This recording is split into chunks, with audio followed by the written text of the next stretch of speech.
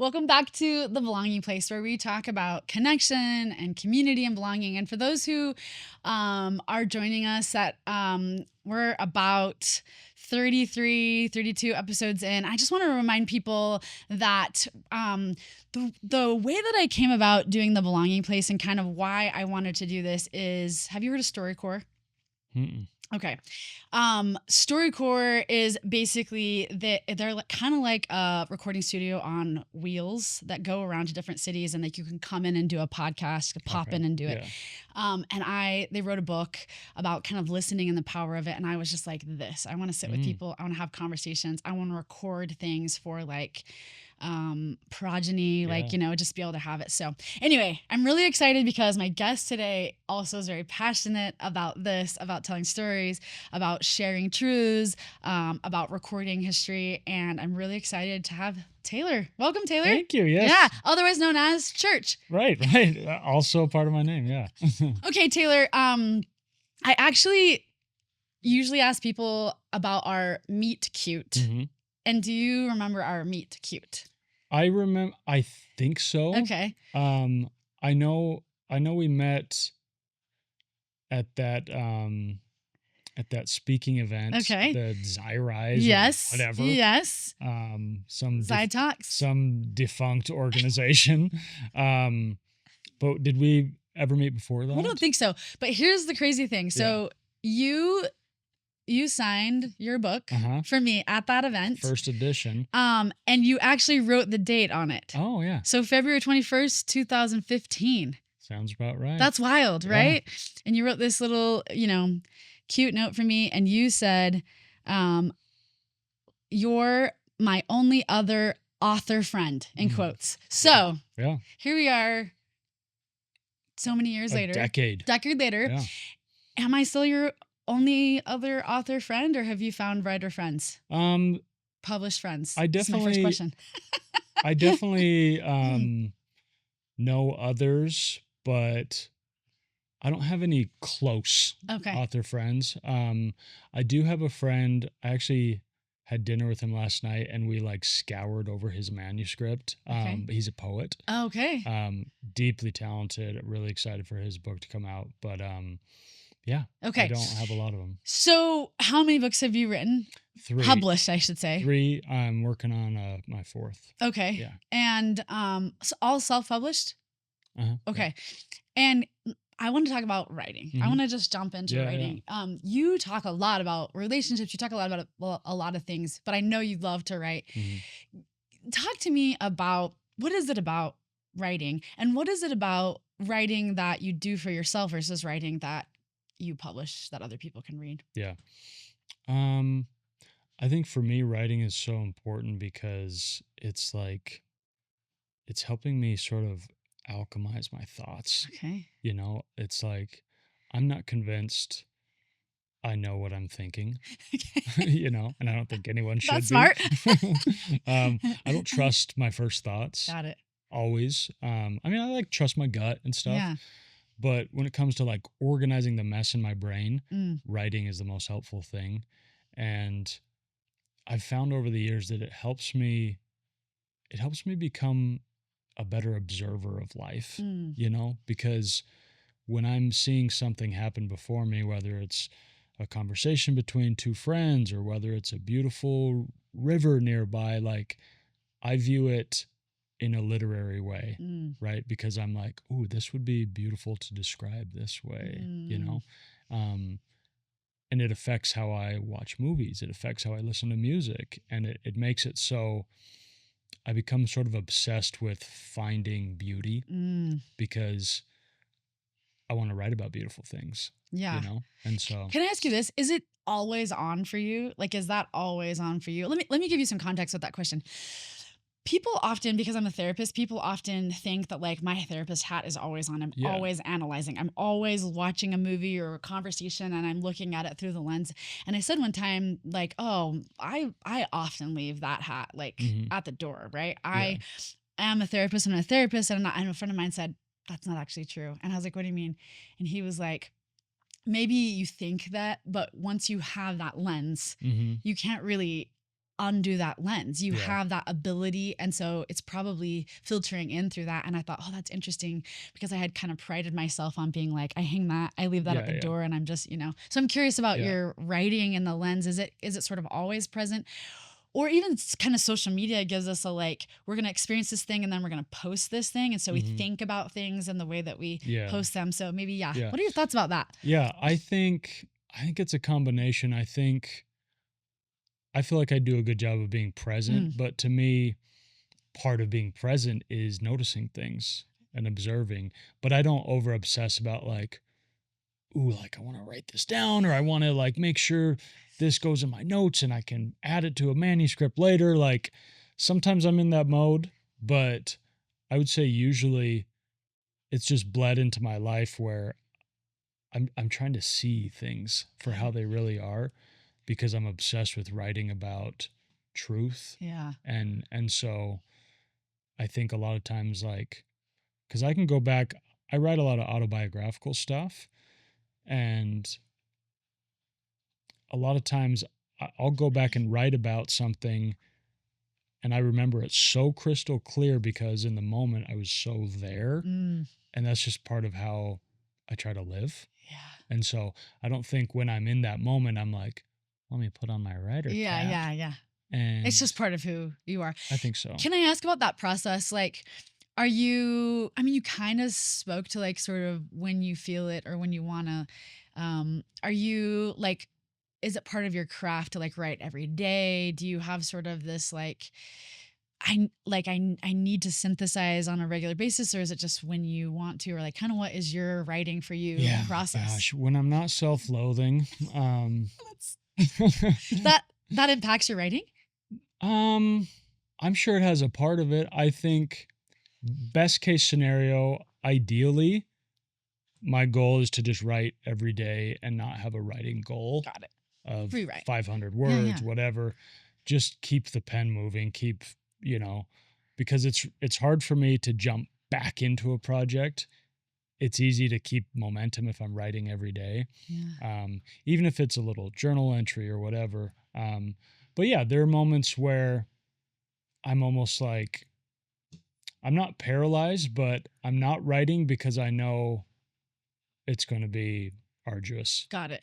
Yeah. Oh yeah. I think it's like taking the love out of it, right? Like if you're like, sometimes you have to sit down and like do the thing when you're writing music and you're in the studio, when you're like, you have to take the art and you have to like do the craft. Sometimes I know what I'm going to write next is going to be painful. And so I'm not ready for it. Yeah. Yeah. I wish, so I don't write as much as I would like to be writing to call myself a writer, but I wrote so much when I was younger. But there are these gaping holes of, like when my brother died, I didn't write really at all. It was too hard to, but I kind of wish I would have pushed myself to write, because writing in and of itself, there are people that are like really big journalers, which I used to also be, but journaling and free writing to me are sort of different. They're all writing, but they're different processes for me.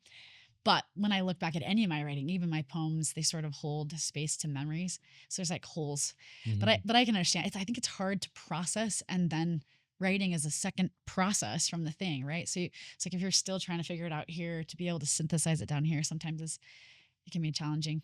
Yeah. For what purpose do you publish? There's a lot of reasons. I'm sure there's some good amount of vanity in there, some good amount of need to be praised, but ultimately it helps motivate me to write something good. Okay. If I'm like, no eyes are gonna ever be on this, why like labor over a sentence? Because if I'm just doing like sharpening the saw, if I'm just doing like a free write where I really just want to get my thoughts out, then there's no real reason to like worry about syntax or worry about how it's received. And so if I'm like, okay, I know there's going to be an audience someday, that shapes it a little bit and helps me be like, okay, this needs to be good. This needs to resonate. This needs to have pathos. And in your experience, okay, so when we put any art into the world, podcasting, music, writing, there's equal opportunity for people to praise as well as for people to be like, yeah, not my thing, or I don't like that. What have you found do you get critical feedback, or do you mostly get like people are only coming to tell you they like it? Listen, I get a little critical feedback, but I feel like it's mostly bozos. Okay. So I'm not people that don't have a affected. lot of weight in their ability to say. Yeah, and I saw something the other day that said like, you'll never find people that are doing better than you that criticize you. And I mean, that's obviously... Or aren't doing the thing, right? Right. I'll take criticism from somebody who's also published. Yeah, but it's tough too, because with a book, it's like, thanks, it's already published. What do you want me to do? Yeah. Like I have, like my first book, like I was really proud of it. It was the best thing I could muster at that period of my life. But I look back and it almost feels like juvenilia, right? Well, it was your writing then, right? Yeah. And I can tell where I'm posturing. I can tell where I'm like trying to prove how smart I am. Where you're trying? Where I'm trying here, And I'm just so much more proud of my like current work. Yeah. So I'm like, yeah, go ahead and criticize my old stuff. It's none of my business. Yeah, it's interesting to me because a lot of people don't know this because they just know me as a therapist, but my undergrad degree is in writing, creative writing. So I have a writing degree and editing degree. And so it's interesting, when I published my book, I was less concerned about the technicality. Like someone's going to say like, you're a good or bad writer. And I was more like concerned about the content of whether people cared about the content or not. I didn't really actually care. I was writing to a very specific audience that was sort of just like, sit on my couch and talk with me. And this book is like this. But okay, well, my last question I have about writing, you said you have a project coming up. Like because I know you're a very goal-oriented guy and you like to push yourself and stuff. Like in the world of writing, like what's your big goal, or what is like a reaching goal that you would have when it comes to writing? That's tough. I've switched a little bit over the last few years, I think, because I think initially my goal and dream and vision was just, I want to be a writer. I want to be an author. I want to be known for that. And it's kind of switched more into podcasting, right? And it's still like, I would never view for myself writing as like a side project or a hobby. I still like consider myself a writer. But I'm like, I don't have that much control over how popular I become with that. I have way more control over how popular I am with podcasting, honestly. Like, and it just happened. Like I put out an episode every week, right? A book is like once every 2 or 3 years. Yeah. And so I'm like, I just want to work on my craft. And like, I used to have these big goals of like, I want to someday be on like the New York bestseller list. I want to like win this award or whatever. I want to be recognized. But I'm like, that's just so out of my control. I just want to... Some in your control. You'd have to rate something that would be right. But like how it's received is out of my control. Yeah.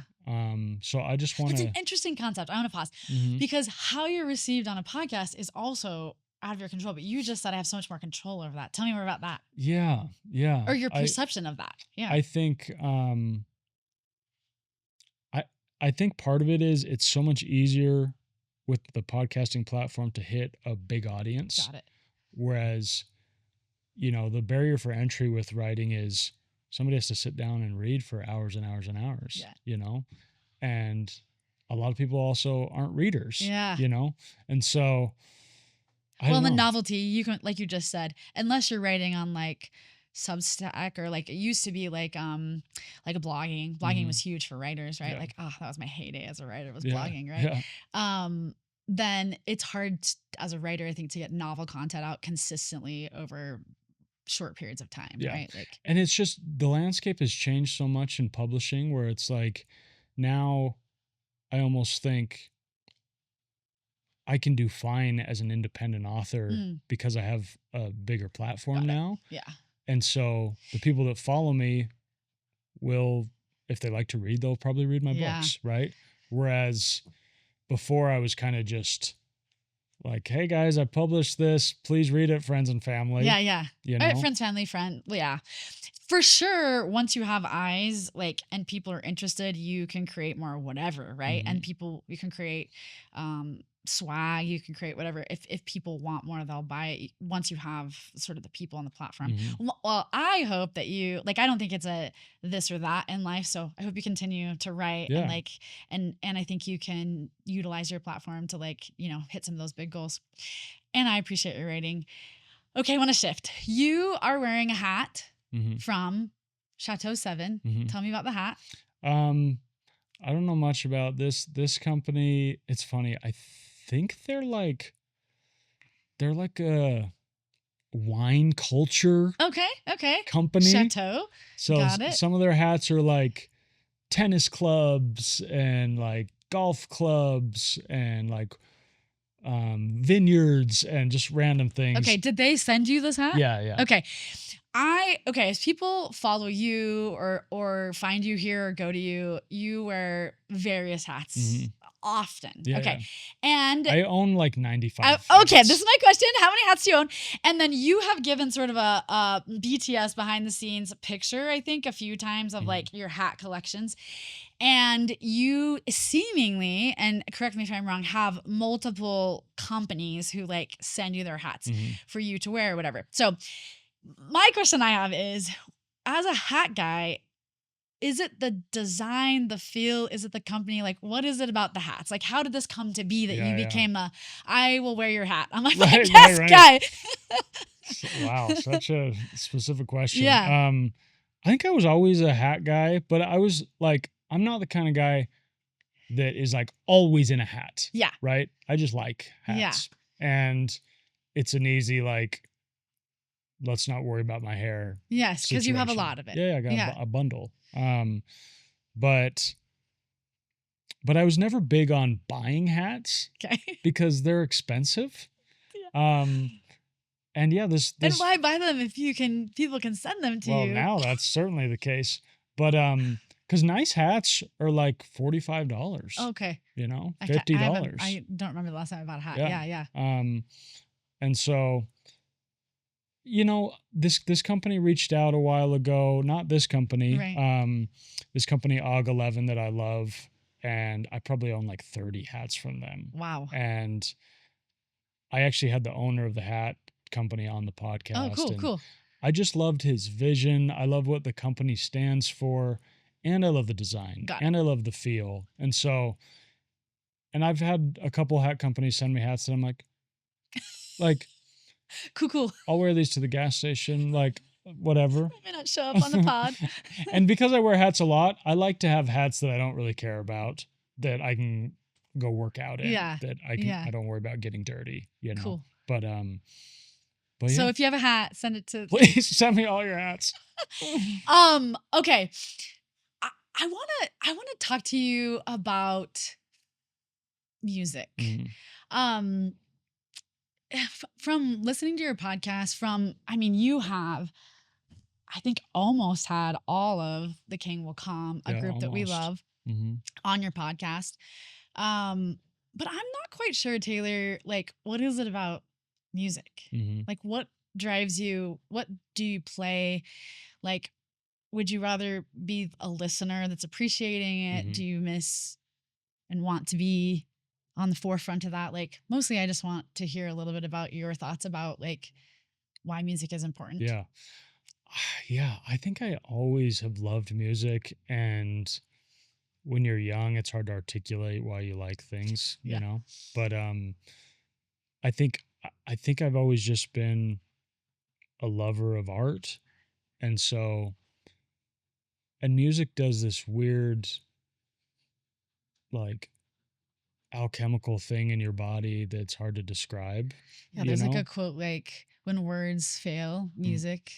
Yeah, and so I've always, like, my Spotify, like, minutes, it's really high. Okay. Like, I listen to a lot of music. And I tend to do whatever I do a lot of. I have a lot of hats. Is it the background of, like, is it occupying the space when you're not doing something else? When you say a lot of minutes, is it focused time? Is it just sort of?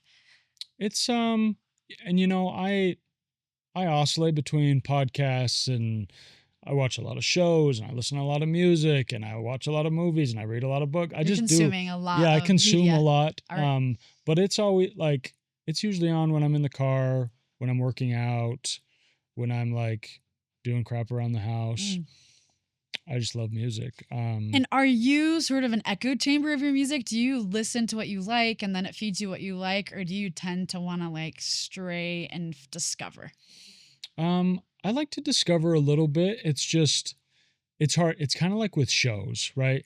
I love new amazing shows, but sometimes you just need the comfort of a show you love. Okay, And so you go back. yeah, And okay. there's no learning curve. There's no like a lot of shows are amazing, but the first season's not great. Yeah. Or the first couple episodes are kind of tough and clunky. And it's kind of the same with music. It's like I know I could go find amazing music all the time because I have like I love like alternative music, indie music, pop music. There's tons that I enjoy. But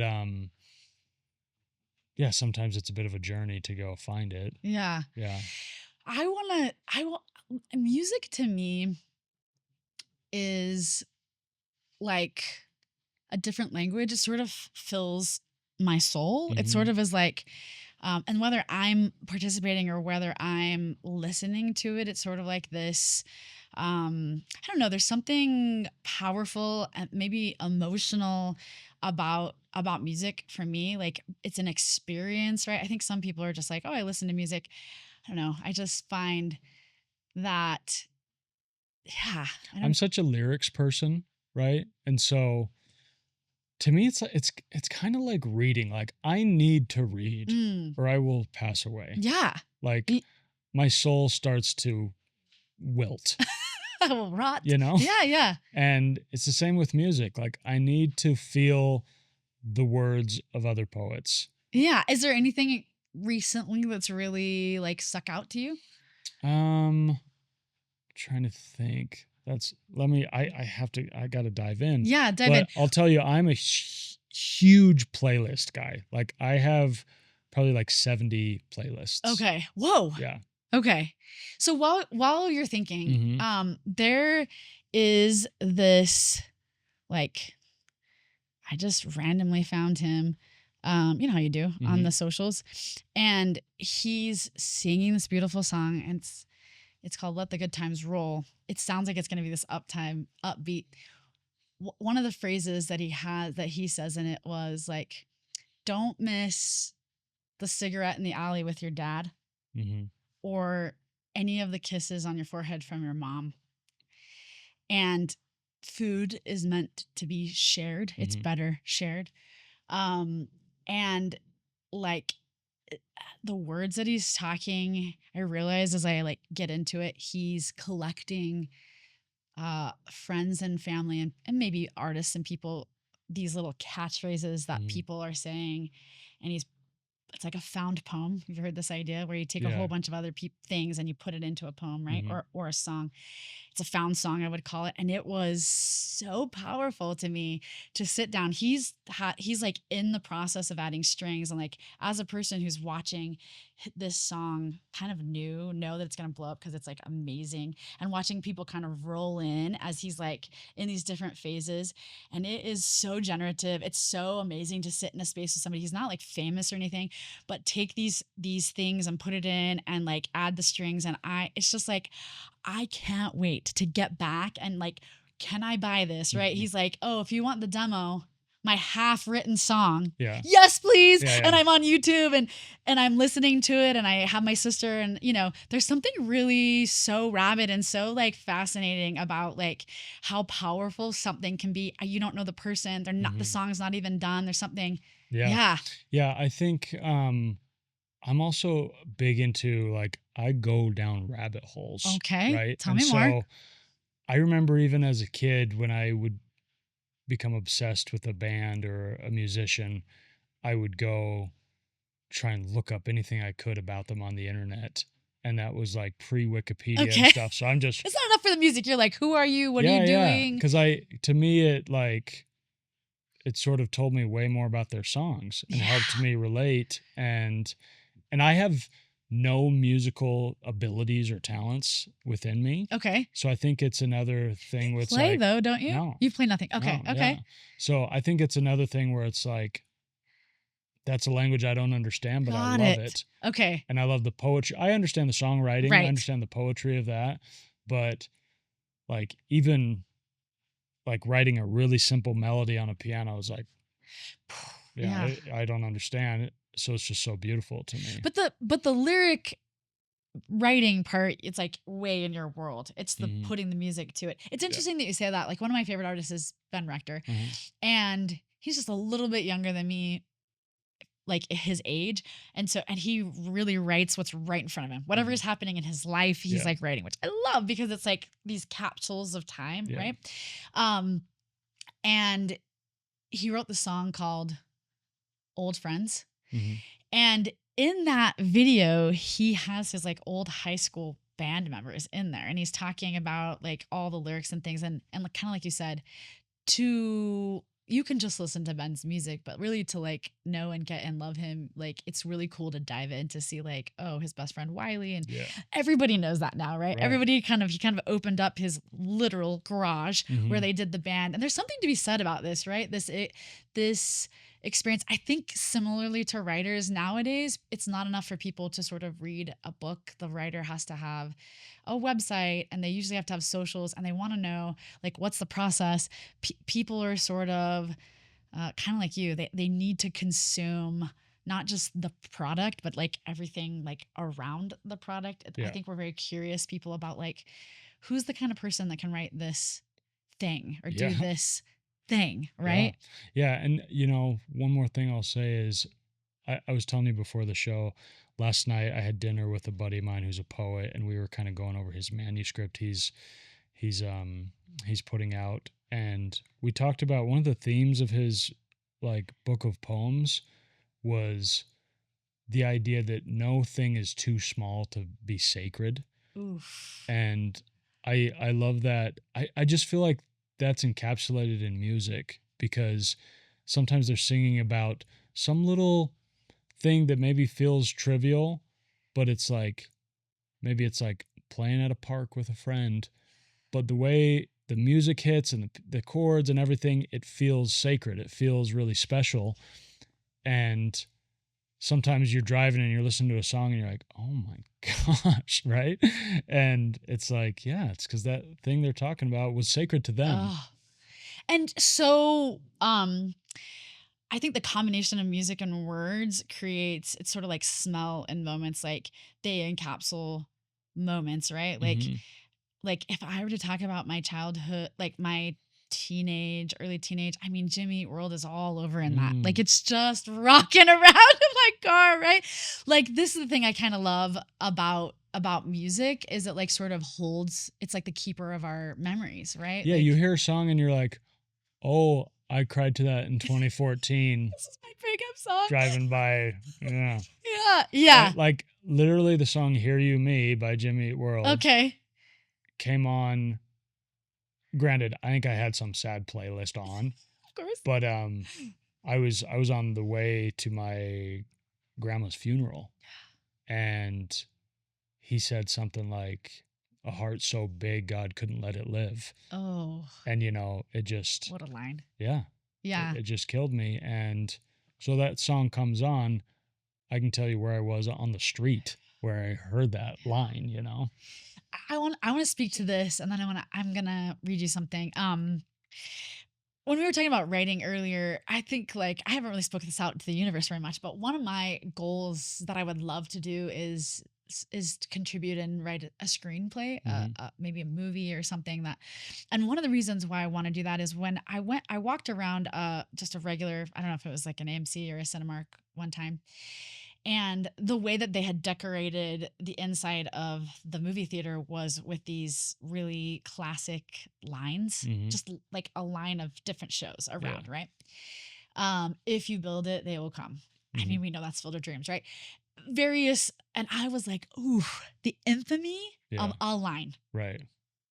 Like one, as a writer, like, is there anything better than like that one line? Like, and not that we ever really, a lot of times we don't know who that writer is, but something to sort of have a phrase or a line live on far beyond is like intoxicating to me. It's a little bit of like this, and that you can take a line from a movie or a line from a song and it encapsulates this. Anyway, this is one of my goals. I would love to be known as something that's just very short and concise.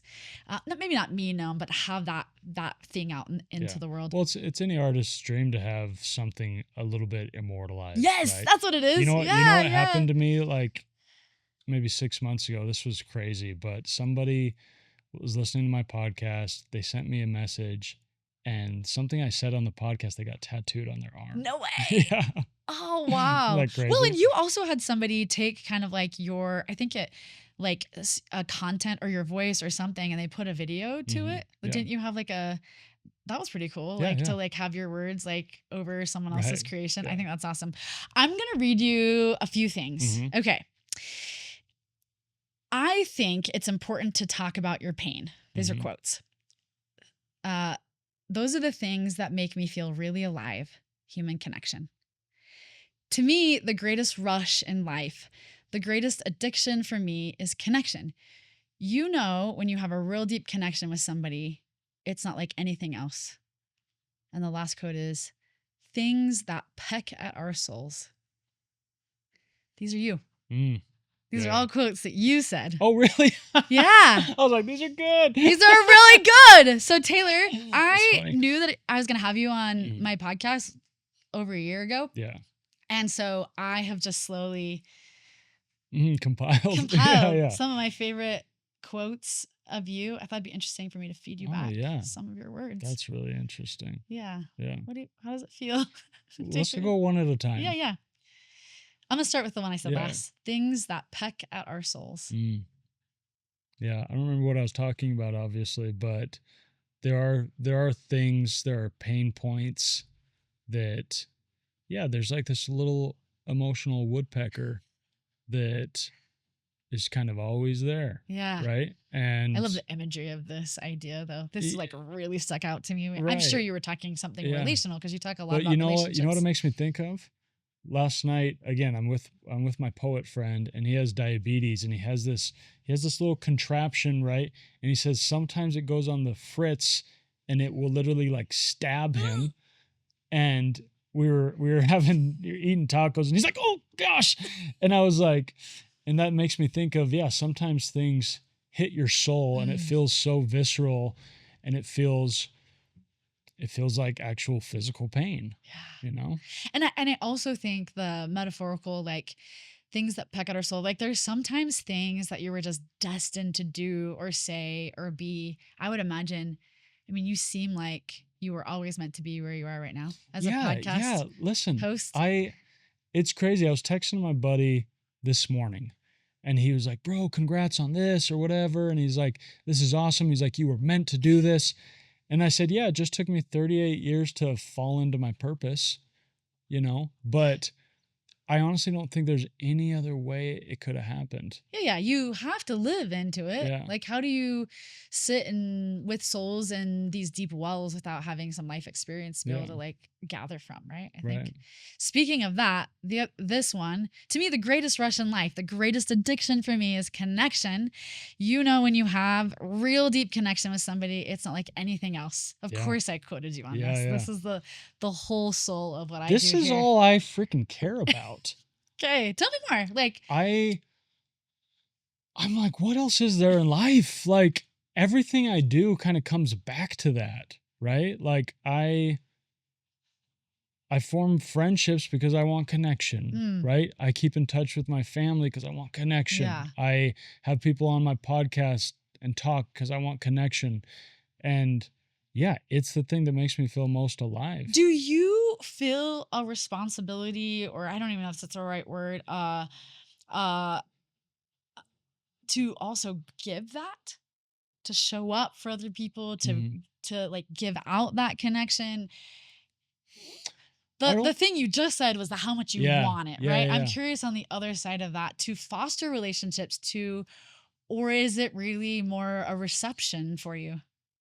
I think both are essential for myself, but I think responsibility is the wrong word Okay. because I don't feel any pressure, Got it. but I do feel a calling. Mm. I do feel like I'm good at it Mm.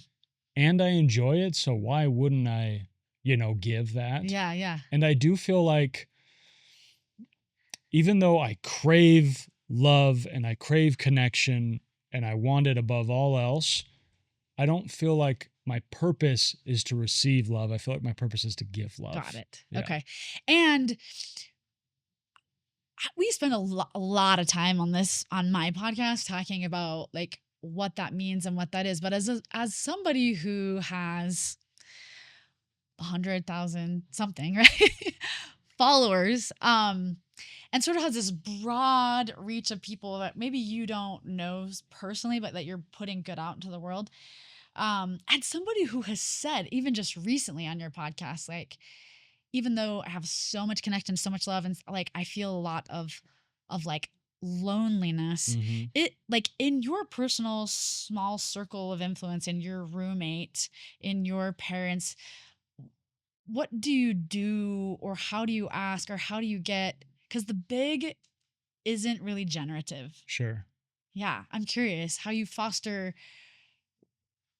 like combat that. I mean, we don't have to like eradicate loneliness, right? It's Sure. not like a Yeah. plague. We like there's something about being lonely that helps us in our reachings. Uh-huh. But I'm curious, you Taylor, Yeah. like And listen, I think I am abundantly blessed for no good reason with friendships and friend groups and so many sources of connection, and I have so many different like kinds of friends and groups of friends, and so I feel like I get so emotionally satiated from so many different pockets, right?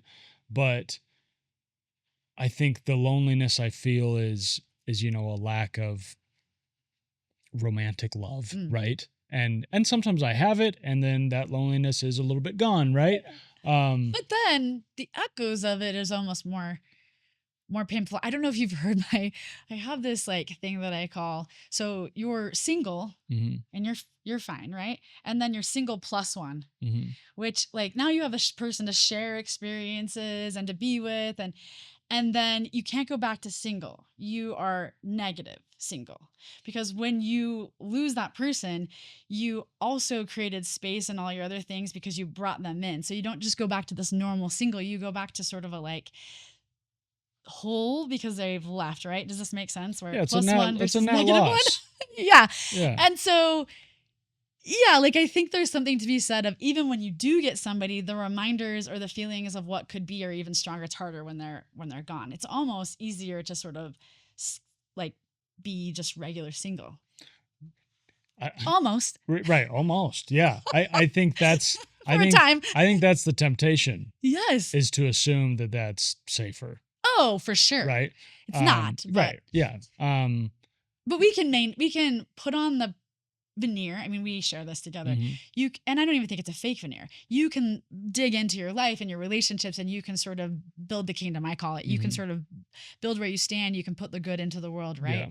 And until the waves are crashing crashing over you, right? Yeah. Even in your best belonging places, if you don't have the things that are your heart's desire, there's sort of this wave that crashes over you that says, Yeah. And you know what? I've had a lot of people ask me recently, like, because I'll have some videos where I talk about holding on to hope or whatever throughout all this. And I'll have people ask me, like, well, how do you do it how do you hold on to hope when it's so hopeless? Or how do you stay positive when life has given you such rotten things? And I'm just like, I don't know what alternative nope. I have. This is what I say to people all the time. They're like, well, it's not like I have a million people waiting to date that I'm saying no to, that I'm just like, what else do you do? Right. Yeah. Sort of, I think most people in their circumstances, when they're unmet desires, so it doesn't matter whatever that is, because you can be in a marriage and lonely. Sure. You can have the kids that you thought you wanted and be lonely and miserable. Right. At any level, you can sort of have your unmet expectations and desires, right?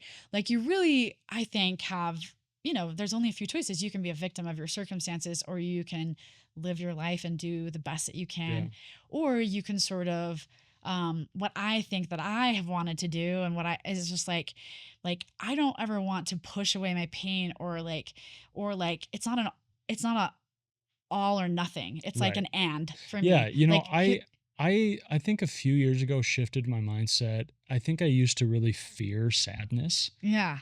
and not that I would run away from it or numb it, but I was so like, I don't want to be sad, I want to be happy, right?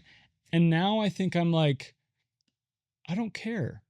If I'm gonna be the thing. if Yeah. sadness comes, it comes. And I know it's not going to stay, and I know sometimes it'll be stronger than other times. And so I'm not worried about how happy am I or how sad am I. I'm worried about my purpose. And Well, the and that I was talking about, you can be grieving and you can be grateful, yeah, right? These coexist. And I would say, and this comment's going to come from years of being a therapist, that you need one to have the other, yeah. right? I Like, don't know that I can, I'll say this, and maybe this sounds morose, but I don't think I'll ever not have some sadness in me, yeah. you know? And it's not because I'm clinically depressed. Maybe I am, but I think it's because I'm very empathetic. Oh, yeah. And so I'm with people in their pain a lot of times. And so how can I not carry some sadness? Well, and this quote, I think it's important to talk about your pain. Yeah. I mean, that's just, I mean, we've been talking about that for Yeah. this whole, I think we're a very pain averse world. Yeah. Like Yeah. we numb it out. We do all kinds of things to not do it. So to sit with people, to be able to like be open to sitting Hmm. with people in their pain there's a cost, Yeah. right? And we will gladly pay the cost because of the connection that Hmm. like, I think, right? Yeah. Like I'm saying we, because I feel like you similarly are like, I'll pay the cost because what I get from that connection is so much greater than if I didn't have it, right? Yeah. To just sort of walk around and just be like, I'm happy everything's good, you Yeah. know? But yeah, I just think I don't fear sadness anymore. I'm like, it's not that bad actually. Yeah, Yeah. I love that. I really like want to start this like thing. I want it to like take legs and arms and a body of its own. And I want people to sort of be eulogized Hmm. while they're living. Yeah. Yeah. I think that like one of the saddest things, and I've been through many funerals, too many for my age, I feel like, is that people, the best of what people, the synergy of a person. So like Hmm. what collectively people think about you is Yeah. said when you can't hear it. Yeah. Yeah. Okay. So every once in a while on my podcast, I am gathering my guests' thoughts from people in their lives. Yeah. I'm going Yeah. to give you a little living eulogy. Oh, let's Okay. go. So Yes.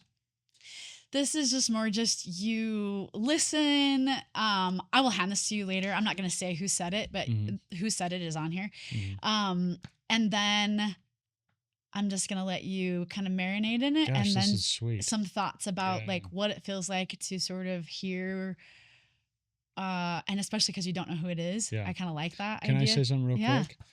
Me and my friend group, we do, when it's your birthday, we call it a honey roast. Okay.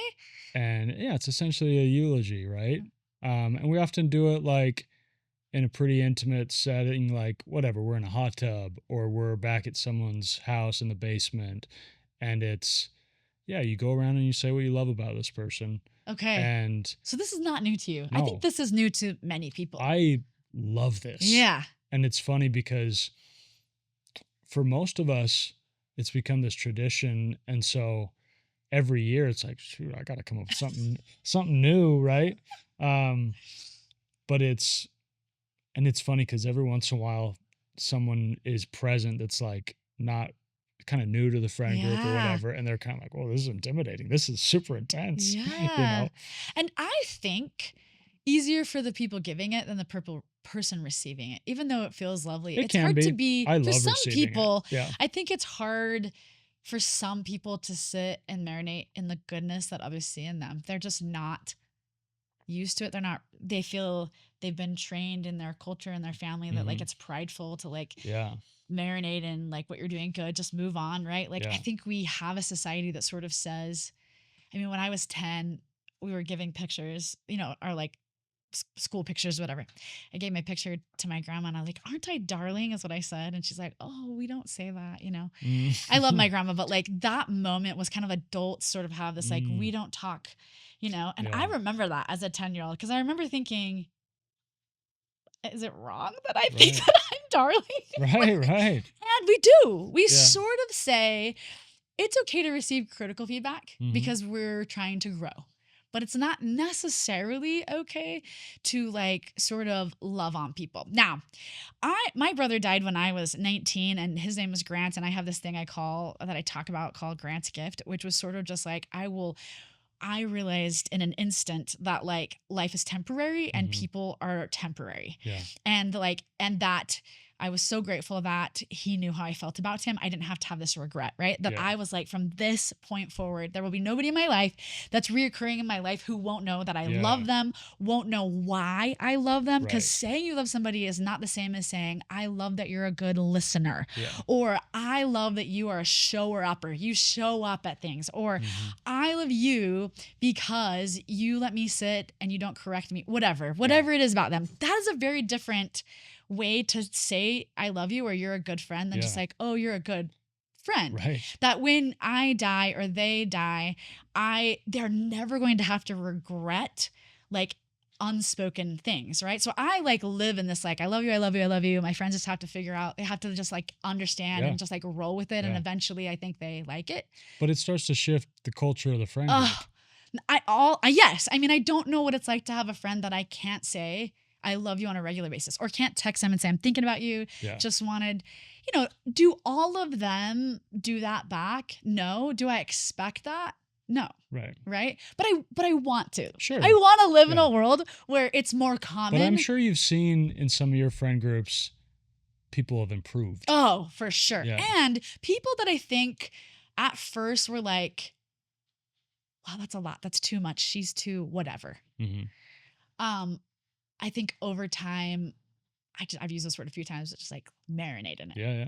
Maybe I'm the only friend or person in their life who consistently says it out loud. Right. I love you. This is what I love about you. Right. Yeah. And you spoke to this earlier. Like, I think we have an innate need to be seen and to be validated. But sometimes we're afraid to say that out loud because we're going to come across, you name it, cocky, prideful, things like that. I have a friend that this happened the other day. Egotistical. I wanted to give him a really like earnest compliment and with a lot of love. And I know he gets a little squeamish about it. And so I said, hey dude, I need to tell you something about how amazing you are.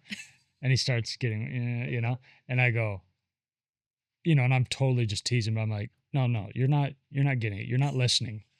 And he's like, your what? Your soul is not open. He's like, what? I'm like, no, you don't get it. And I just like overemphasize. I'm like, okay, I'm trying to tell you how amazing you are. And I'm about to tell you, but you're not going to believe it. You're not going to believe it. It's too good, And he's like, come on, dude, just whatever, And I'm like, fine, I'll tell you if you're going to beg me, But, and I told him, and, I just kind of warmed him up with some joviality. But break it down for the reception of it. Yeah. Okay. So here are some of the people who love you in your life. Quote, I was lucky to have a deep conversation with Taylor on his podcast not too long ago. It turned out to be one of the most viewed collabs, ! I could feel his sincerity and he spoke and his heart felt pure, like he was fulfilling one of his callings. He's a great man on a mission to help a lot of people, and I respect that. Here's the next one. He's got great hugs and easy to talk to. He approaches tender topics with softness and a certain empathy. Here's another one. He's a balance of ambition and fun-loving. Here's another one. He's loyal to the ends of the earth. He makes me feel as safe as a human could ever make me feel. Do you know who said that one? That's Spencer. Oh, is it? Wow. Yeah. That's cool. My favorite thing about Taylor is how kindly and sincerely curious he is. It's why he's so good at making friends, connecting, asking questions, writing, creating, etc. I've never seen his curiosity come at the expense of another person. The contrary is true. His curiosity is often a huge blessing to the people around him. What a special human. And what I love about Taylor is how easy it is to be around him, and that he is a genuinely curious person about life, but also about people. He asks me questions whenever I see him about certain situations and is genuinely interested in who I am and also what makes me tick. He's not afraid to be vulnerable, and it causes those around him to let down their guard in the process. And then this is just like a list of things that this person likes about you. Taylor Church is continually improving his craft. He sees everything as art. He loves meaningful plans, intentional, hopeful, obsessively curious, loves people and life in general, makes the best out of everything that happens to him, is not easily offended, has charity, a nurturing friend, thoughtful and kind, effective with his time, wants to fill his time with meaningful or fulfilling things, childlike wonder, every day is a new adventure, eager to learn new things, loves the fundamentals, grateful and thankful, expert communicator, consistent, becomes a disciple on his interests and his people, steady, wise, teachable, adventurer, athletic, perfectly competitive, loves his community, wants to heal and wants to help others, reflective, balanced perspective, safely and carefully debates, speaks his mind with class, extremely tolerant and accepting of others, amazing self-awareness, unwavering, loyal, loves history, loves documenting life, doesn't run away from things, addresses issues, is extremely present, forgives. And when it comes to how does he make me feel, that I'm loved, that I'm appreciated, that I'm accepted, that I'm seen, remembered, safe, positive. I always feel like he's present. If I'm hopeless, he makes sure when he leaves that I am left with hope. He mourns with me. He celebrates me. He is a builder of hope. He is on my team. There's more. Dang, I want to know who that is. That's somebody had a thesaurus. That's crazy. I'm just going to sit in that for a minute. I want you to speak to whatever. Yeah. It's funny. One of the lines got me a little emotional. I teared up, but it went away before you could see it. Oh, sorry. No, you're good. Yeah, it's really, it's why I will preach the utility of the honey roast. I think it's so beautiful to see how others see you, and because it reminds you, because usually when you're being whatever, loyal or hopeful or loving, people aren't like, he's being loyal, you know? They don't call it out. Yeah. You know, or you're being kind to me right now, or you're making me feel seen right now. Like, most people don't do that. Yeah. And so when it's articulated and kind of put before you, it's like,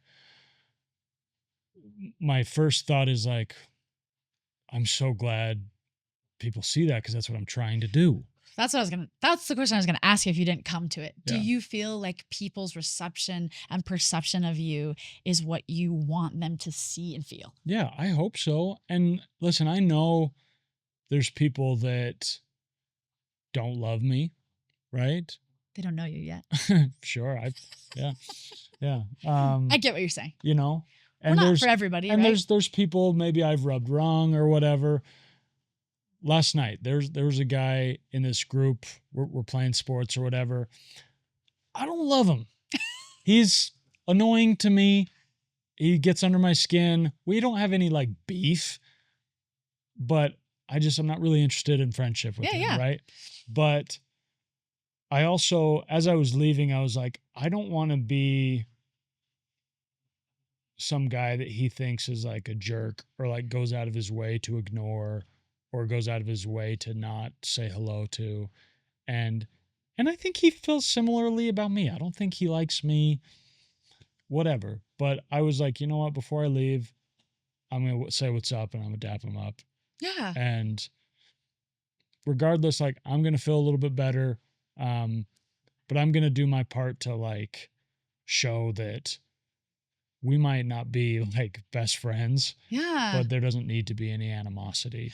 Well, I kind of like this analogy of, it's like a Boy Scout kind of analogy, but when we go to the beach, we can't take all the seashells. We take a few seashells, but we hopefully leave the beach better than when you got there, or whatever the campsite, right? There's this idea of like, there's not enough capacity in our hearts and our hands and our spaces to like hold everybody really close. We have sort of, I usually talk about them as like kind of tiers, not that you tier people, but like there's your close people in your family. And then there's, you have to you can't give at the rate to everybody as you sort of do to the people that you hope like are the closest and nearest and dearest. And you invest more in them and they invest more in you, right? Our capacity. Yeah. So like, yeah, everybody doesn't need to be for us, but like, can we leave the space and places better than we pick them up? Yeah. Right. I want to come back because this space, was there anything that stuck out to you, any themes or anything about, these were a whole bunch of different random friends for different areas of your life, as you're hearing their words that you're like, oh. I thought it was interesting that so many people said he's so curious. That stuck out to me wildly. Talk to me about that reflection and why you thought that was interesting. I mean, I am. Yeah. I am deeply curious. I guess it's just interesting that it is a common adjective that people would think it almost showed up in every single person that said something. And when I gave them a carte blanche, like, tell me what you feel about Taylor and how does he make you feel, was the prompt. Yeah. So it's like very open, right? And in the world of like what they could say, 95% of the people that responded to me said he's curious. Do you think I'm like, would you? Yeah.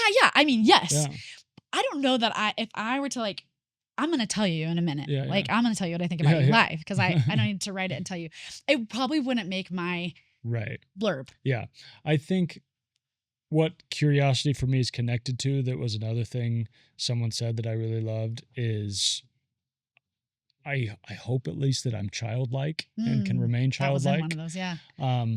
Because I don't know, that's just how life stays interesting to me. And it's so easy in life to become a robot and to become entrenched in your routine and your habits and just the normal way you go about life. And I don't want to get in ruts. Yeah. And so ever growing, anytime I feel myself like feeling like I'm in Groundhog Day, I'm like, I got to do something different. Yeah. I got to mix it up because I feel like the last 3 days was the same thing. Yeah. Even if I enjoyed all the things I did, I'm like, I got to do something new. I got to drive home a different way. I got to start a new playlist. I got to buy a new hat. You know what I mean? Like I got to do something different. Yeah. Mix it up. And so I think I approach how I talk to people in that same way. If our interactions are only ever, hey, how's it going? How have you been? Good, sweet. Good to see you. We'll see you later. I want to die. Yeah. The thing that I wanted to talk about the theme of people reflecting to you and saying that they value your curiosity is there's a world that people could watch you on your podcast and be like, man, he's all about him. He wants people to ask him questions. He's talking about the lack of his relationship. There's like sort of a theme that people could say, right? The anecdote to egocentricness, or like whatever we want to call that, like I want to talk about me, is curiosity. Yeah. Right. That's the anecdote. Yeah. Like if there couldn't be a more better word to tell you that your friends do not see you as somebody who thinks about you. They see you as somebody who thinks about them, because what they're reflecting isn't a general curiosity. They're reflecting a personal curiosity. You're curious about them. They wouldn't say it if it was general. That's just not going to be in their blurb, right? Yeah. I want to reflect that, like, while that wouldn't be my blurb, I also like love that. I love your curiosity, but it isn't so much your curiosity that I am called to. It's the tenacity of what you do with it. Sort of when you're interested in something, you've said it a few times, you sort of go down the rabbit hole, or you do the dive, or you hone the craft. I mean, nothing better exemplifies that than your podcast that you've been doing for, I went back and looked, and it's like 6 years. Yeah. 6 years plus. It'll be 6 years in November, maybe. Is this it? Okay. Yeah. So, and we're at 135. And the life of your podcast, like the earlier years versus the last year Mm-hmm. or year plus, Yeah, right? yeah. Different like you did it, then you had a producer and videography and the capacity and things like that. And then you kind of showed again some behind the scenes recently as kind of a love thank you to your like fans. I don't know if fans, followers. Yeah. And you kind of showed some goals and benchmarks. And I think your curiosity to like do it good, do it better, do it full time. Mm-hmm. How do I do it? And that's the only thing that I do, Yeah. sort of fuels your action. Because to just be curious is great. To be curious into action is like this other thing. So this is what I would say. Taylor is curious to action. Mm. He is quick to compliment. He is ever consuming for the purpose of producing. Yeah. He is happy to look backward and see the growth without too much beration. I hope. Mm-hmm. This is what I hope. Yeah. Because this is what I think I see is you're not super like it, like everything's sort of built to its purpose, and you're willing to say like all of that grind sort of led here. Yeah. Like one of the things I really appreciate about you, because I love talking about it, is you're pretty content to be like in the becoming. Mm-hmm. And you're never really arriving because you're like the next goal is the bigger thing or the next thing. It doesn't mean that you can't be content, because I think that you sort of live a very full, like in it with your nieces and your family and your nephews and your friends. Like when you're in it, you're in it.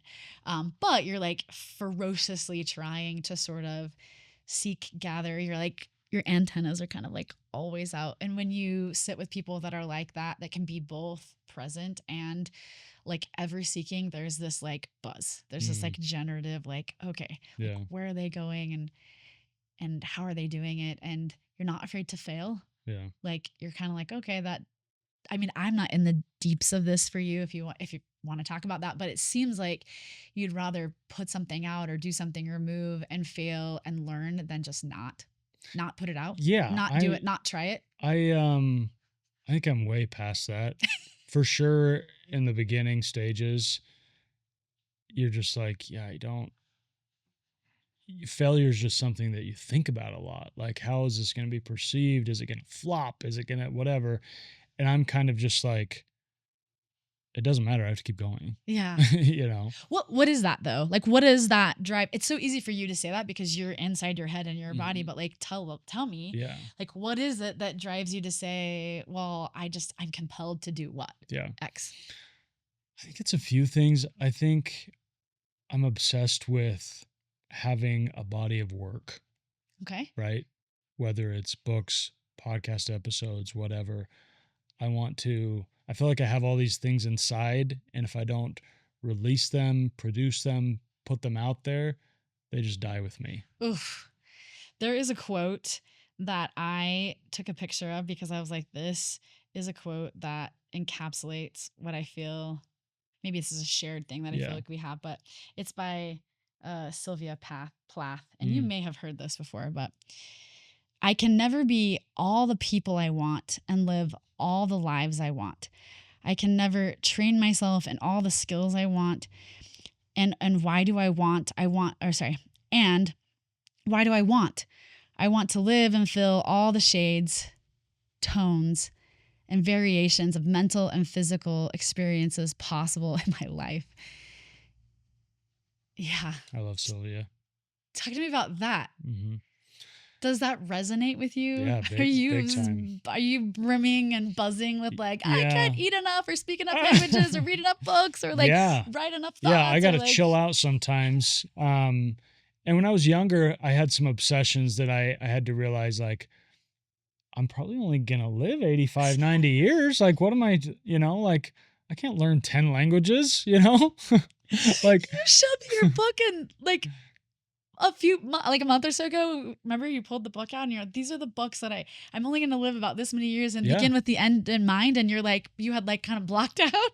Yeah. And I was like blown away by that as somebody who can't even do that exercise because I shake inside of, not stress. I shake inside of me for the things that I will not be able to consume in my one life. Yeah. And because of that, I have no patience or tolerance for mediocre media. Okay. Mediocre anything. Okay, so you have kind of planned out some things because you're like, I have to get these things because in my one little life, these and have to be. I don't become obsessed with the numbers of it. Got it. But I'm like, some of these things, it's basic arithmetic. It's like, if I am obsessed with reading, which I am, and I have all these books I want to read and finish, I can't walk into Barnes & Noble and be like, oh, well, I'll get to this someday. I'll read this someday. I'll read this someday. You can, but you're saying why? I'm saying that would take the space of. No, I'm saying in doing that, the arithmetic doesn't add up. It would push out. Yeah. Because you can only do so much in your lifetime. I just know, like, I probably read, in a good year, I'm reading 40 to 50 books a year. Okay. So let's do the math. Yeah. How many books a month? Yeah. So if I live another 50 years, then that's 50 times 50. It's 5,000 books. It's a lot. Yeah. But it's not infinite. Yeah. And that's, that's generous. There's some years where maybe I read 25 or 30 books. And so I just made, that notebook I showed you. I just have a list of books that need to be read. Need to make the cut before I perish. Yeah. The reason why I'm saying this is the other thing that I'm saying to you, that I would say to you, like if we were like, hey, talk about Taylor, is the intentionality. You're very intentional. Stephen Covey has one of his principles is begin with the end in mind, right? If I know I have X amount of time, I need to, and we spend so much of our lives just bumping into our life experiences. Most people. Yeah. I'm not saying that you can't live a great life bumping into things, right? But there is something to be said about knowing that my days are limited and that what are some of the things that I really want to consume with my eyes, with my heart, with my mouth, with my and being intentional at bringing those things into our lives by saying, okay, some of these things I can't do when I'm 90. I need the capacity to do it with my legs and my heart and my hands and my eyes now, right? And sort of doing a little bit of this like inventory of life of like, if I want to live intentionally and I want to have some of these things, how do I put them down? There's something really crazy that happens. And I would love you to talk about this because I also live pretty intentionally about like how I just like sometimes freak out in my soul where I'm just like, I want to do ABC. There's just so many things. And I have to calm down and be like, is it enough to just be where I am if I never do produce again? Sure. And if I never go to another country again? And have I created enough connection and belonging that, and I yo-yo. I have to yo-yo. For me, it has to be like, if I'm always in the seeking and consuming, then I'm not as present or building where my feet are. Yeah. If I'm too much present and building where my feet are, then I'm not doing, for me, the balance, then I'm not doing enough learning and curiosity and consuming, because that's where you find growth and wisdom and like thoughts that lead you to other things, right? We sort of, in our presentness, we become an echo chamber, even if it's good, right? Like we become and learn and think about the same things that we put around us and we put inside of us, right? There's something that has to like push us out into this other thing. And so I find this balance. And for me, intentionality comes in, or purpose driven comes in when I say, some things I'm going to bump into in life and some things I'm going to make happen. Yeah. I think I'll tell you a good example of, like, I do think I need a balance of intentionality, planning, and spontaneity, right? So I just got back from a trip to Kentucky. I did a little speaking event out there, and a couple of weird things that I love documenting, because I'm weird. We love your weird. I'll speak for me. I like your weird. Yeah. I've written down every restaurant I've ever been to in my entire life. No way. Yeah. Really? I have written down every city, town, municipality I've ever been to in my entire life. Are they in a list form in a book somewhere? Yeah. Okay. Gosh. And so whenever I travel, I don't necessarily bring the notebooks. I add it in my notes on my phone and then I put it in later, right? But to me, so quirky. So quirky.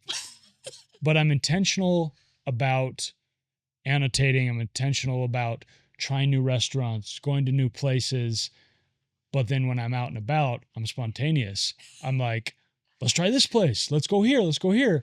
But I do it with intention I get to add it to capture it. Yeah. To capture it. And because I do this quirky thing, it makes it so anytime I'm out of town, I'm like, I'm only eating local Yeah. because Carl's Jr. is already on the It's list. made it. Yeah. And so like I added like 9 new restaurants. I was gone for 5 days, you The know? intentionality does allow you to be really spontaneous because of that, right? Because you've said like, I want to Yeah, add to and the list. I don't have like these goals like I need to hit this many restaurants before I die. I'm just like I want to add. But there is something to be said. You want to add unique. Yeah. So Yeah. that piece does breed a necessity for you to sort of get out, because if you've already checked off the list, Mhm. you got to get a little creative, you got to get Yeah. a little spontaneous, you got to ask around, Mhm. which informs how you travel and how you visit, Yeah. right? And I mean, listen, I had a couple hours to kill one night and like I had recorded a podcast there and it's like 8 p.m., but it was actually the summer solstice, so it was light for another hour and a half. And I was just like, I had a car, I'm in this kind of small town, and I'm like, I'm gonna go explore some other towns. I'm just gonna go see what the town over the bridge looks like. Love it. Love And it. I just drove over there, parked my car, and started walking around and sat by the river for a little bit and found this cool old abandoned building. And, if you know me, I love abandoned buildings and ghost towns and stuff like that. So I'm just kind of taking pictures and I FaceTime my buddy and I'm taking in the sunset. But I'm just like, I love this little town in Ohio called Ironton. And I told the person that flew me out to speak and everything. I was like, yo, have you ever been to Ironton? And she's like, Ironton? That's like a pit hole, like. Hole in the wall, And yeah. I'm like, not for me. I thought it was awesome. Yeah. But One person's treasure, right? but I'm just weirdly obsessed with towns yeah. and municipalities and just visiting new spots I've never been to before because I want to find the magic everywhere. Yeah. I have just a couple more questions for you. I'm gonna take a Taylorism from Mhm. your podcast. I'm gonna do something you usually do at the end about your podcast. Yes. I'm gonna say, Taylor, what question do you have for me? Mhm. Or is there a question you have for me? Yeah, I mean, I don't have anything planned, but I talk so much on my podcast about, dating and relationships and Yeah. stuff, I would say, for you, what is the like hardest part about dating as you've gotten older and have been in so many relationships and have dated so much and have probably too much experience and you get to a place where it's like you have really high standards and expectations, but also in some ways you're less marketable in the dating place because you're older or whatever. What for you is like presently the biggest challenge with dating? I want to push against the less marketable, but I get what you're saying. The reason why I want to say is that like I think everybody's marketable to like a level that the other person on the other side of the table is also there, right? Sure. So I mean super general. yeah. Meaning this is part of the challenge that I'm gonna speak to is that like I am in a world where I kind of want to date and or slash marry somebody who's probably widowed or divorced dad with kids. Mm-hmm. This is my propinquity, or this is my like dating pool that I want. I want to be a mom and I'm not going to birth my own children. And so it's like, this pool of men mostly are not on dating apps. Mhm. They're like busy working and daddying, fathering. Yeah, they're picking and up the kids from like practice. doing their thing. Yeah. They're like, I hope the guy that I want to date or marry, is high emotional intelligence. He's kind, and if he's that person, he hopefully takes care of himself, but is like really invested in his children and is co-parenting. So that's a whole thing, right? Or not co-parenting if there's a widow and then there's a lot of grief and there's like figuring out how to realize and change your dreams. Like, so they're doing this balance. They're really hard to find in their living of their lives. So part of my grief is knowing that they're probably out there and that like, I don't know how to find them. And And that comes back to this intrusive thought for me that's always happening. Like, what can I do to change my circumstances? Because I'm the only one I can control. Yeah. And I know that. Like, that's not necessarily even true. Like, I can do as much as I can do, and some of it is circumstance, and some of it is timing, and some of it is availability on the other side of that, things that I don't have any control over. So my brain and my heart can get in a healthy place and say, but because I can't control any of that and I want it so badly, I just sort of, and I don't think about it all the time. I put it on the shelf a lot, and then I pull it off the shelf and I'm like, let's examine. Yeah. What can we change? Can we... And it's like things that just breaks my heart for myself, because I know other people. It's like, can I lose weight? If I lost 20 pounds, would more people date me? And do I want to date the guy who will date me because I've lost 20 pounds? Because I'm the same person, but 20 pounds less. Maybe, maybe not. This is the internal dialogue. What if I made more money? What if I took a field that was not and then I could do more? Could I be exposed more? Could I be in rooms more? What if and the list goes on and on and on and on. I can't really change. I don't really want to change my physical appearance. So I'm as good as I look where I am right now. I'm not willing to go do cosmetic surgery, for example, which you can, right? Sure. And I sit in this space where I'm like, is there something that I could do or be or change that would make it easier for me to do this thing that seemingly everybody seems to do very easily? Find their person. Every time someone tells a story about their partner, it's almost just a line they skip through to get to the next thing. Yeah. Well, we met, blah, blah, blah. If you've ever heard somebody give a talk or whatever, and they're talking about their spouse, well, we met. And I always, in that blip, I think, you have no idea for some people how much how long and heart seeking they are for that sentence. That one sentence that you just said. We met in our ward. We met on an airplane. We da da da da. They would give anything for that meet cute. That led to the thing, right? And so I feel like I try to find this balance for me of sitting in that, because there is a need to sort of self-evaluate. Could I shift?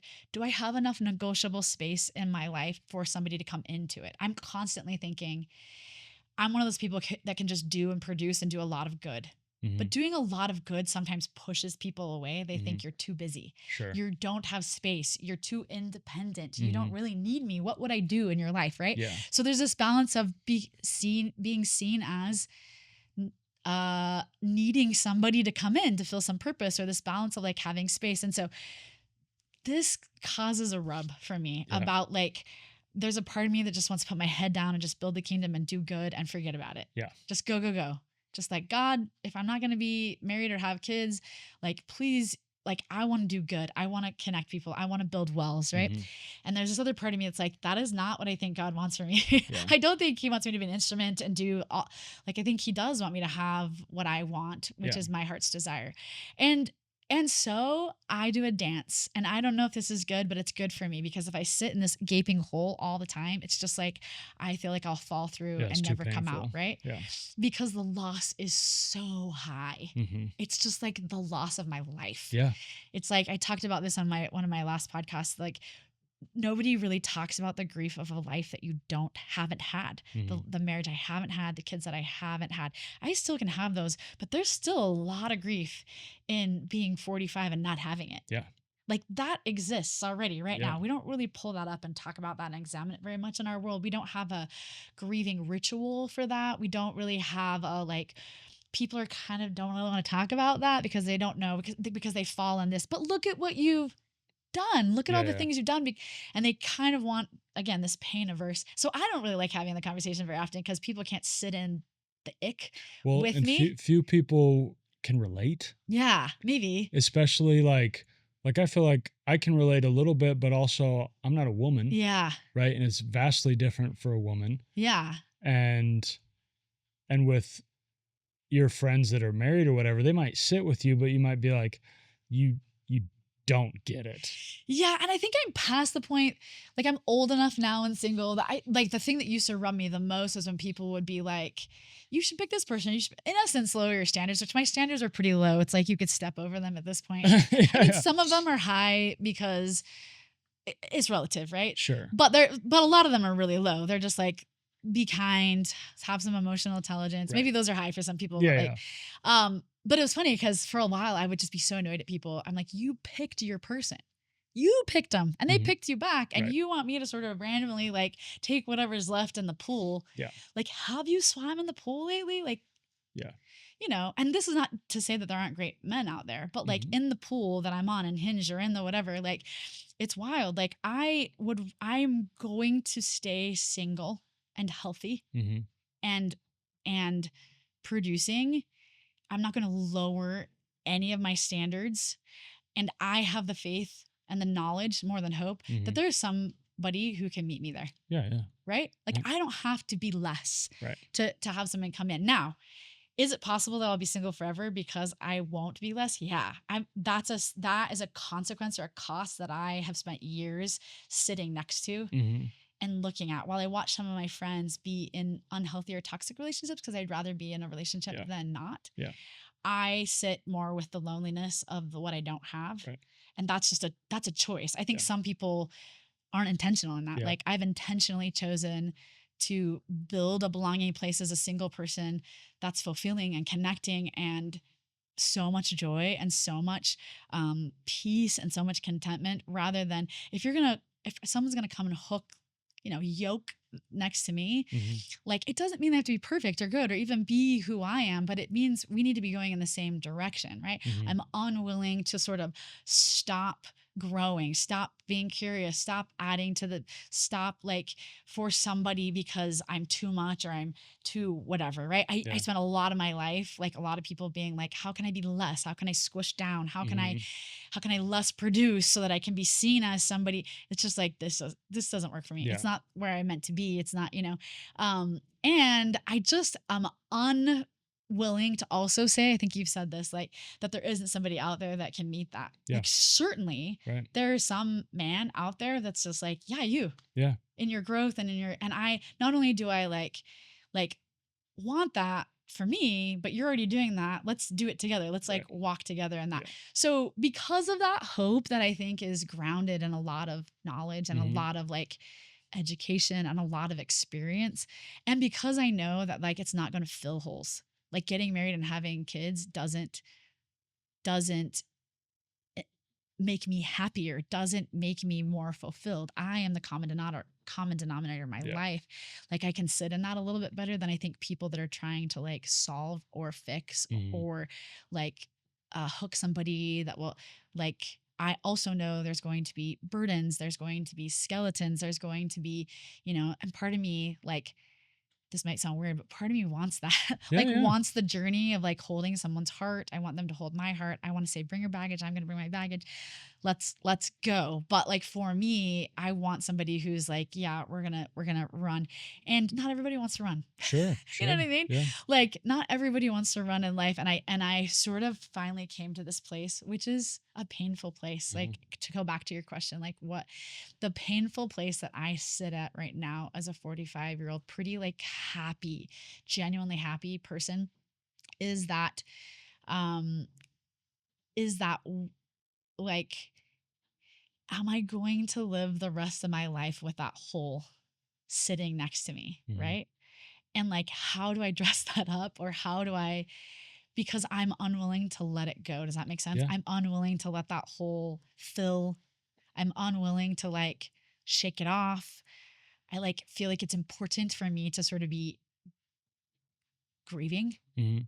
constantly, sort of seeping, Yeah. and I'm okay with that. Not everybody else is. I'm Mhm. okay with, but that like open wound is a thing. Yeah. It's like anybody's kind of like, physical illness or invisible disability. It's sort of, Mhm. it's sort of like my ADHD. It's sort of like I'm going to take the best parts of that and I'm also going to take the worst parts of that and I'm going to hope that like for me, as ironic as it sounds, it's going to contribute to my belonging Yeah. places, right? It's Yeah. going to both sides of the coin are going to Yeah. add value. Absolutely. Yeah.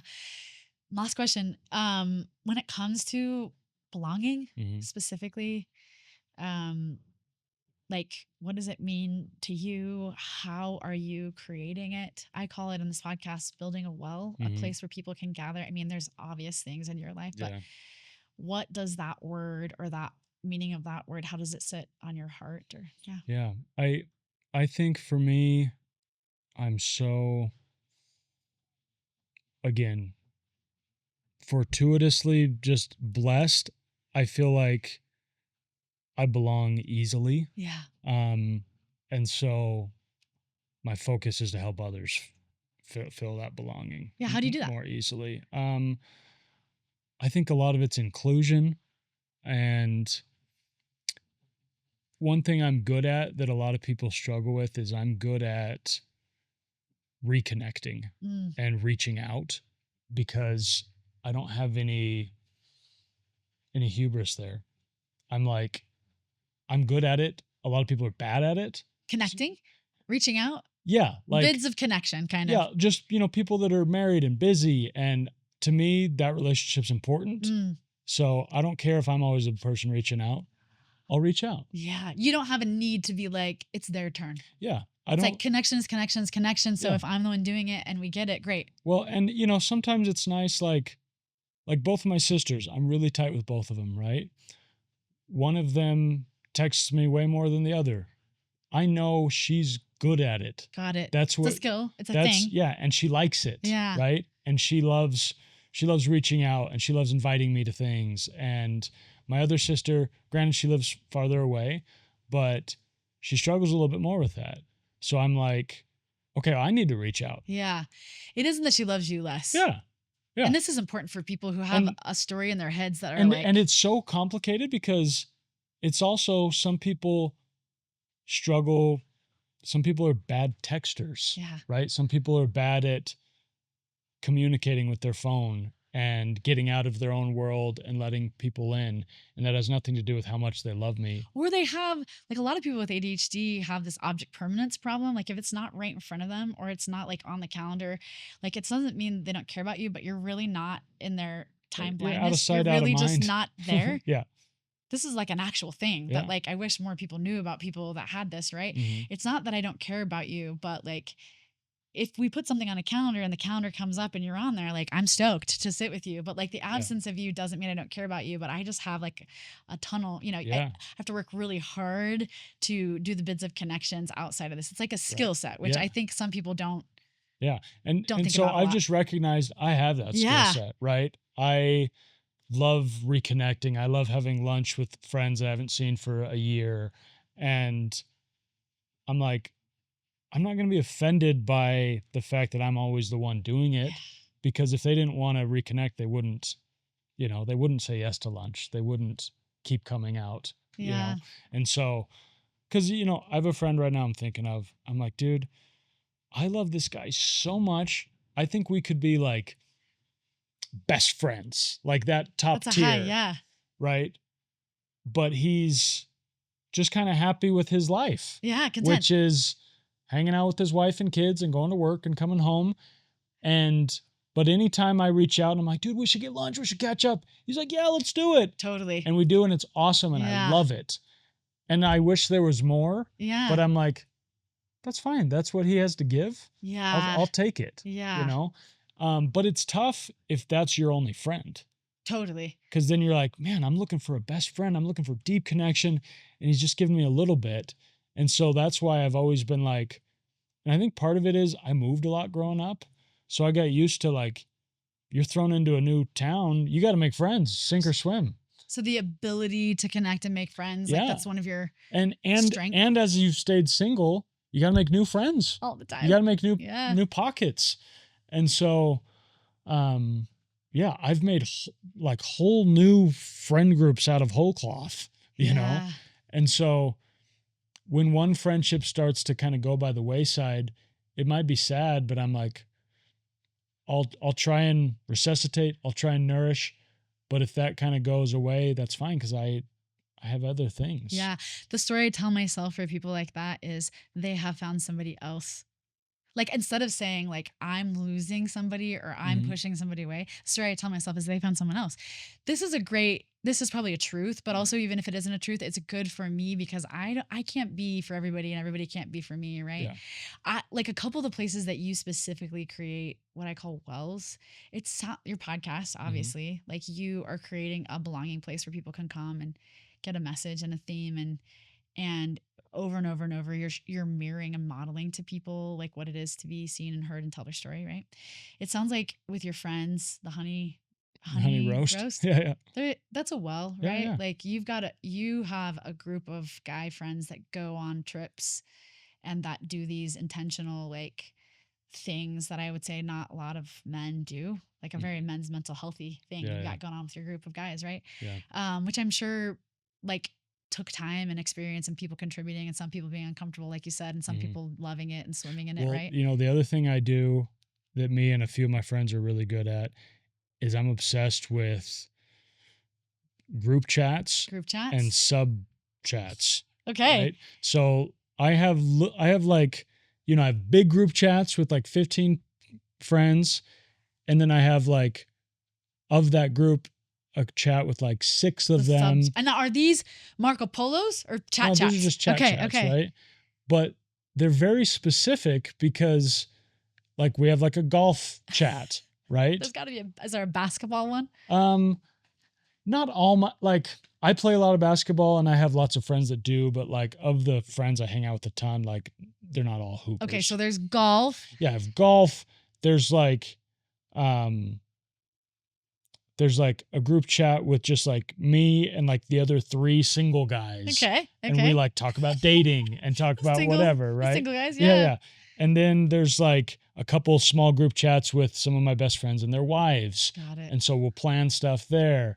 And different belonging places, different wells. Yeah, and it's funny because it sounds so silly, but these little group chats help like keep these friendships alive. Yeah, I don't think it's silly, and I guess I want to put emphasis. One of the reasons why I chose to do the belonging place and bring people on is like in the hopes that they can mirror either the opposite side of like what it feels like to not belong, or show what they're doing in their lives that creates belonging. Because the thing that you probably get when people message in, and the thing that I often get asked to speak about is the opposite of belonging and connection, which is loneliness, right? What do we do for that? And to me, it is just like you can say death by 1,000 cuts, you can say love by 1,000 wells. I literally think we can do a lot more than we're doing to be intentional into like what we put into our lives that help us feel connected by what, like you just said, like what we're having and what our hearts and eyes and what we're viewing and what we're talking about and what we're seeing, right? So yeah. Well, I have loved having you. Congratulations on your success of your podcast. I hope it just continues to grow and that you meet your goals. And thanks for joining us. Yeah, thank you so much. You're so awesome. And I just want to say, like, one of my favorite things about you, we won't go into a whole full eulogy. We can do that again at another point. But I just love the size of your heart. Your heart is just enormous and it's obvious, you know, like anytime I see you interacting with people, you're hugging them tight and you're looking deep in their eyes and you're asking them questions and you're wanting to connect and you're wanting to plan things. And I'm like, that girl's got a huge heart. She's going to be fine. Thank you. Yeah. The people I worry about are the people that have small hearts. Yeah. Well, and big hearts connect to big hearts, right? Yeah. Thank you, Taylor. Yeah, of course. Yeah.